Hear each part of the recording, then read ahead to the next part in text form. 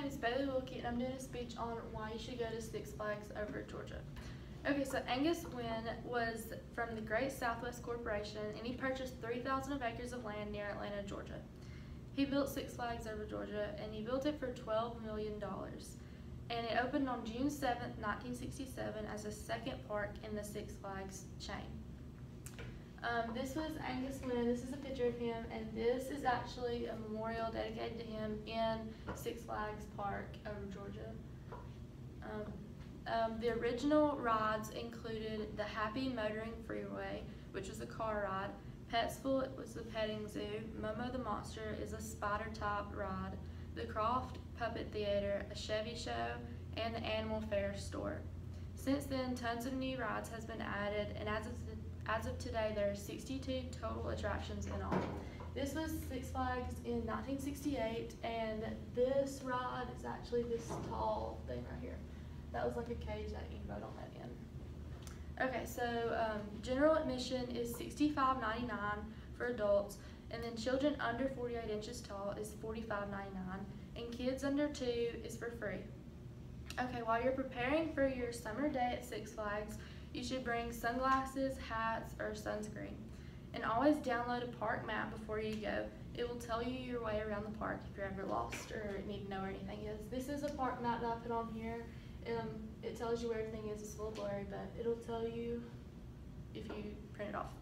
And then for your convenience, there are always ATMs, first aid stations, and lost and founds throughout the park. Okay, so the first ride that I'm going to talk about is the Acrophobia. It's one of the most thrilling rides. It was added in 2001, and the definition of acrophobia is fear of heights.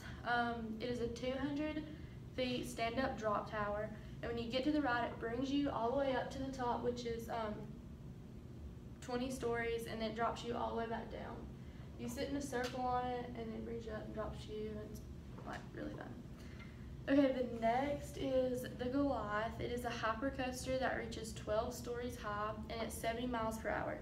And at one drop, it's 175 feet.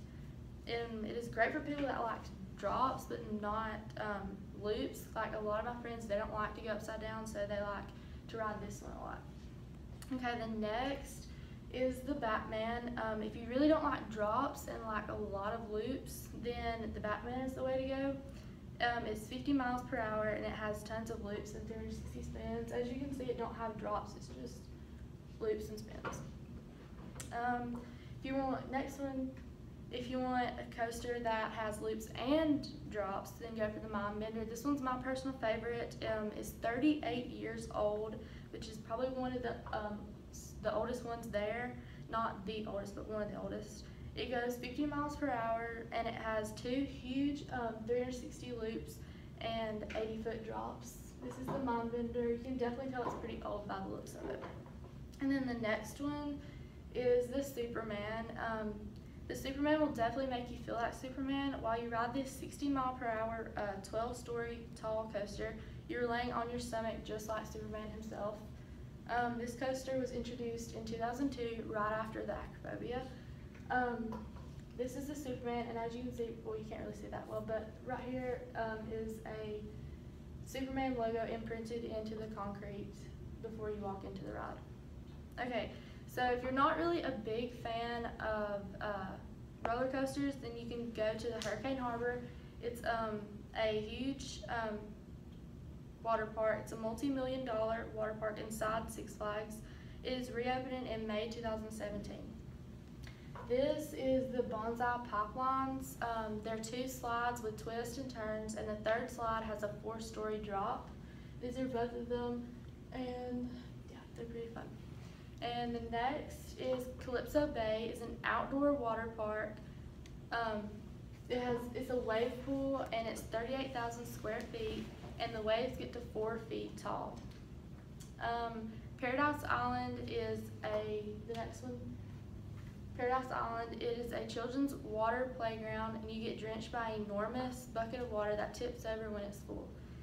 Kids can also climb over obstacles and navigate their way through mazes and bridges and shapes. So yeah, this is the bucket of water that when it gets full, it tips over, and it's really fun. Kids like to stand under it, and it's fun watching them. Okay, so if you get hungry, there's always somewhere good to eat nearby. Six Flags has a wide variety of restaurants. They have American, Mexican, Italian, and Asian restaurants. They also have ice cream and sweet shops. My favorite places to eat are Johnny Rockets, Primo's Pizza, and then Panda Express. They're all in Six Flags.